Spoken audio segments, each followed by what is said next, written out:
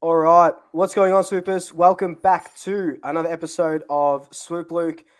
In this episode, we'll be talking to Mark Febbraio, who is a nominee for the Collingwood Board of Directors. We're going to be doing a couple of these, hopefully, with every um, person that's nominated. Mark is the first cab off the rank. And Mark, take it away, mate. Introduce yourself and let's Yeah, go. thanks, Luke. Thanks for the opportunity. And um, I'll just introduce myself to all of the members. My name is Mark Febbraio. I'm a I'm a professor of medical research at Monash University. I've got a biotechnology company that I've just started, um, and I've been a Collingwood supporter. I'm 56 years old. Uh, the first game I went to was in 1970. Uh, Since I've been born, we've been in 14, we've contested 14 premierships Jesus. for 10 losses, 2 wins, and 2 draws. And I've lived Far through a out. lot of pain. So my background is in exercise science. I'm in medical science now, but before I was a scientist, I was an athlete. I was a professional triathlete and was on the Ironman Triathlon World Circuit in the late Wow. 80s and competed in the Hawaii Ironman. Wasn't going to make it as a pro triathlete. I was sort of sub-elite. I wasn't exactly going to be the best in the world, and if you weren't in the top 10, you weren't going to make money. So I went back to school, did a PhD in exercise science, and now I work in medical research. And the reason why I nominated for the board is because I think I can add a point of difference in the area of medical and training services. We can talk about that a little bit more Yeah, as this as 100%. this goes on. But I've been a Legends member with my two daughters for about 15 or 16 years and a supporter my whole life and love the club and just want them to do well. No, beautiful, man. That's what a journey you've been on. That's the Ironman and sort of stuff going up to Hawaii. That would have been insane, intense almost. Yeah, it was pretty insane. It was pretty good. So I played footy as a kid, and I was okay, um, but I sort of I just didn't have the physique of a footballer. I'm pretty endurance trained, and Yeah, so I tried. So I played at a pretty good level at school, and and actually the school I went to, we won the Herald Shield one year, and I was in that, so that was pretty good. Played on played on AFL Park a few times, got on yeah. tally, and that was all cool. Um, but then, yeah, I sort of morphed into more endurance sport and marathon running and triathlon, etc. And then I wanted to really learn about the physiology of sport. Yeah. So I did a sports science degree, and then I did a PhD and ended up having a pretty good career in science, actually. So we'll just talk about that PhD. So you're studying sports science and you've mentioned in your bio that you think, and you just mentioned before, you think that's going to benefit the Pies, and we don't really have someone with that expertise on the board. We did have Bridie at one stage, who was a doctor, and she did sort of I'm not sure if it was the same stuff, but that sort of stuff. So how do you think? Besides the obvious, how do you think that will help if nominated, or if your nomination wins to get on the board? How do you think that will Yeah, help look, the Pies? look, that's a good point, Luke. And look, I'll just without being long-winded, I'll just you're young enough to have experienced the flag in 2010, Yep. and 2011 we were probably a better side. I thought, we lost Yes, three games definitely. for the whole year. We only lost to Geelong. Unfortunately, I thought we had them in the second quarter. Like, I turned to Eden, my daughter, and Mel, my mate, and um, when when Andrew Cracker kicked a goal, I think he put us 23 points up or something. I said, we've got them. Unfortunately, we didn't. But in that era, Collingwood had a very, very settled side, and we didn't have many injuries. And Yeah. and and and and the person who didn't get the reward that I think he deserves was our fitness advisor at the time, David Butterfin. David, I think, was one of the, along with Mick Malthouse, as one of the catalysts of that era, because he was a very astute scientist. He had a PhD also. He did part of his PhD work in my lab, and he was very analytical, and I think his career suggests that he was good at his job, because he didn't have that many injuries in the intervening period. It's nobody's fault, but there we did seem to lose many games to injury. And when you think about the AFL as it is now, there are 42 people on a list. There's a salary cap. There's a draft. And the difference between the best side and the worst side is not what it was in the 70s. Yeah. Yep. And you only have to look at the fact that Collingwood are the only side that the Premiers didn't beat last year. So I think we have the cattle, but I think where my point of difference is that I can help oversee a medical and training services governance and risk management, make sure the right people are in place so that we really maximise that side of the football operations. I'm not going to be hands-on. You don't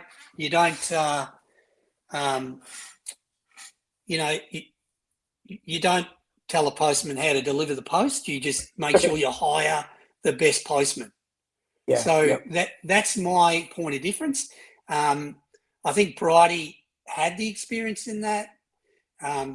Unfortunately, there were a few things that didn't go too well in that. Bridie's excellent. She's not there anymore. There isn't anyone on the board with the expertise in this area, and that's why I put my hand up. Yeah, that's beautiful. And just tying into that as well, we lost Kevin White, our head of performance.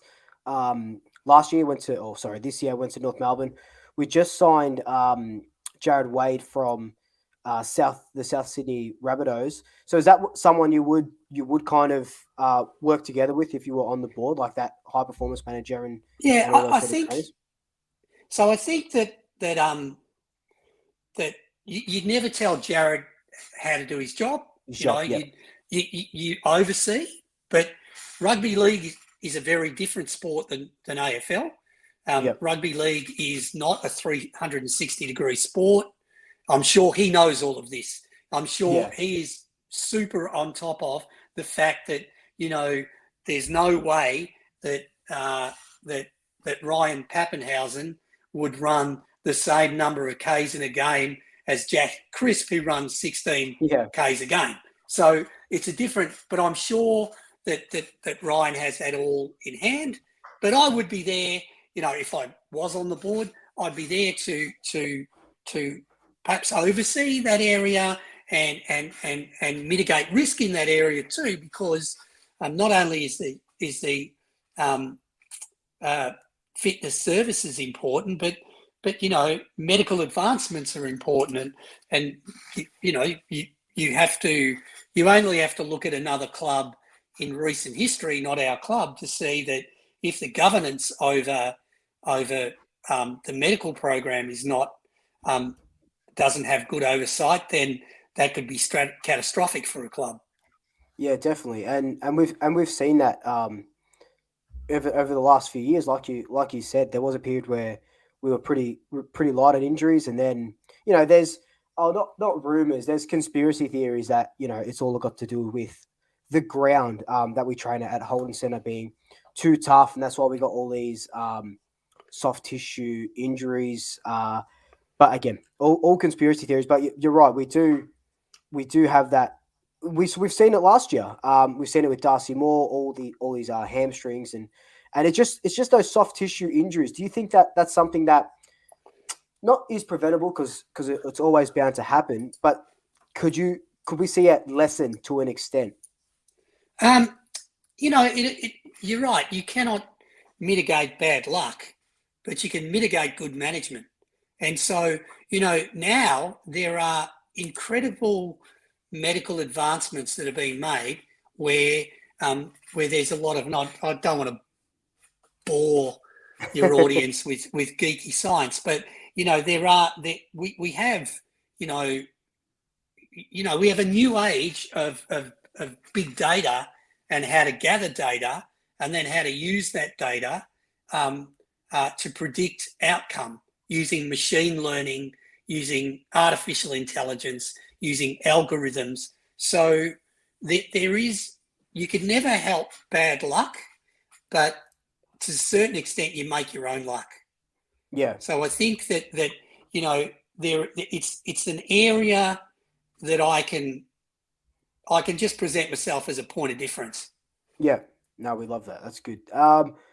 I want to get into a question that I saw here. It kind of ties in with what you've written in your bio on the website. It's from Arlo. He says, Mark, would you look at engaging more connection to Victoria Park with the fans, training and family days? And that kind of leads into your bio where you said that you understand the value of community as the lifeblood of Collingwood. You've been a supporter since the 70s.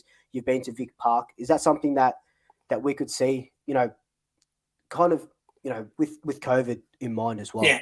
So Arlo, thanks for the question, and it's an absolute yes from me. I'm never going to criticise the club. I love the club. Brings me a lot of joy, some heartache, but even during COVID, my mates and I, my daughters, we just, we were in lockdown. I wasn't really engaged in my work much. We lived for the footy, and I was pretty lucky in that I was able to continue with my salary, etc. Yep. But I guess there are a lot of Collingwood people who did it tough and yet paid their membership, and that's amazing. Collingwood fans. I sit in the Ponsford stand, level 2. I love the Collingwood fans. They make me laugh a lot of them, but I love them, and the club, I'm sure, recognises that we stuck fat during this period where we didn't get to see many games. Yeah. I mean, I think I went to every game I could this year. I think the last game we went to was maybe Port, and then we were done, right? We didn't go anymore. The year before was even worse. We could hardly go at all.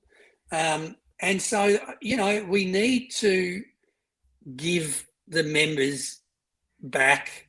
I'm not a corporate, I'm not a corporate.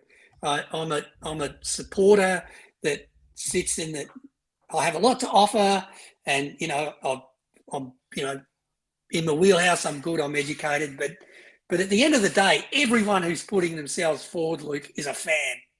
100%. And we've got to think like that. Everybody who's nominating for the board has to think like a fan. Of course, once you're on the board, you've got a major responsibility. Yeah. But at the end of the day, everybody said in their bio, I'm a passionate Collingwood supporter.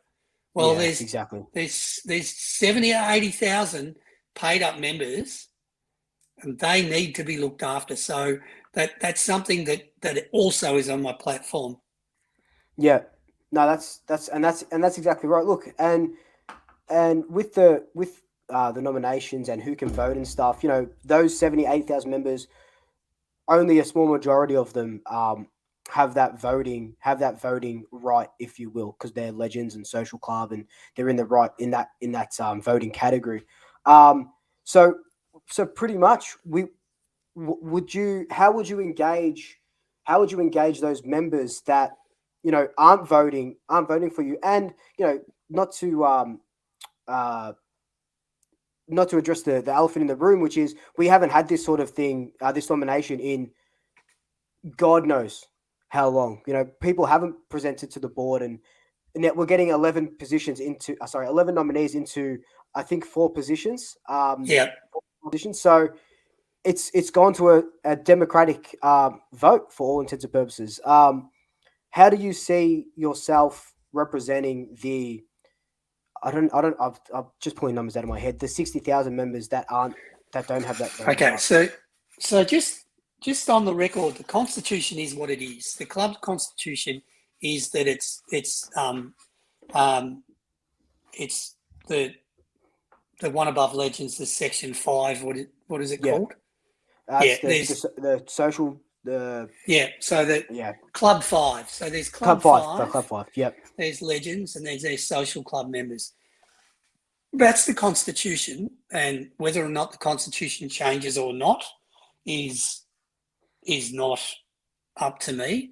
My personal opinion is that every Collingwood member should be able to vote. It's not the case. So you don't, and that's just a personal. Yeah, of course. My personal thought. It may not be the thought of the board, but it's just my personal thought that every one of those members should have a say. But that's not the way it is. So the thing that the Collingwood Football Club is starting to do is regularly survey members, because I get the surveys. Yeah. Now, I would just encourage all of the members to participate in those surveys, and I think that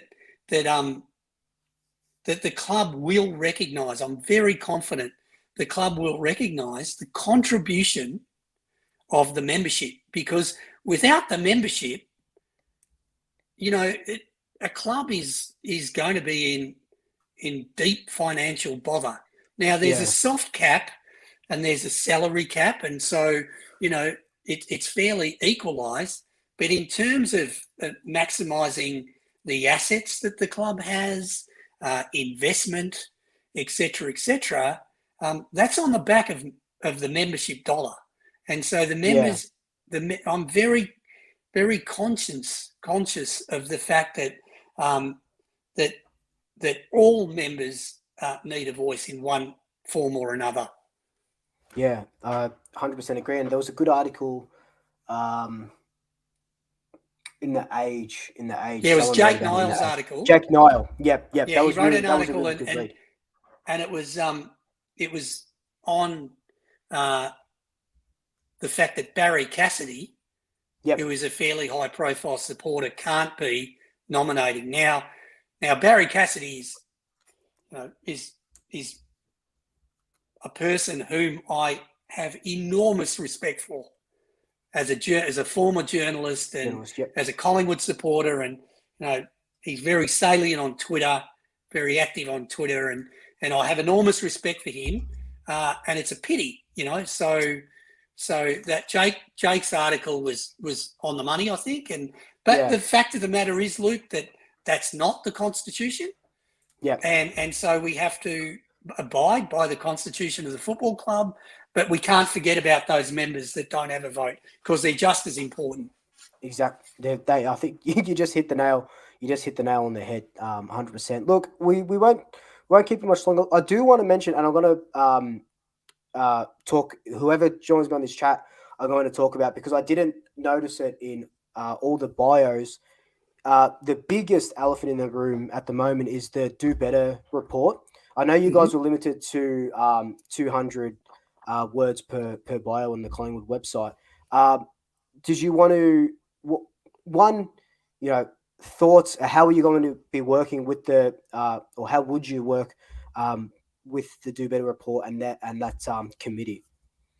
Okay, so I'm not going to dwell on the past, because I have 100%. No control over it. So definitely, 100%. You can talk to anyone who knows me, and they'll say that I am a champion for equity, for diversity, gender balance, and I think Collingwood are moving in the right direction. We've got a netball team. We've got a great AFLW team. We have now a core of players who truly, I believe, understand that racism is a thing of the past. And I don't understand how any Collingwood supporter can be racist, because some of the players that have given us the most joy in the past 20 years have been culturally diverse people. Cultural diversity is a wonderful thing. I have two daughters. I'm a European background. My parents were immigrants. So the past, I won't talk about, but I think some of the existing people on the board now, such as Jodie Sizer, Christina Holgate, who's going up for re-election, Paul Lucuria, there are people on the board that are going to ensure that all of some of the less than optimal decisions that were made in the past that could have potentially, not been a great optic for the club is behind the club.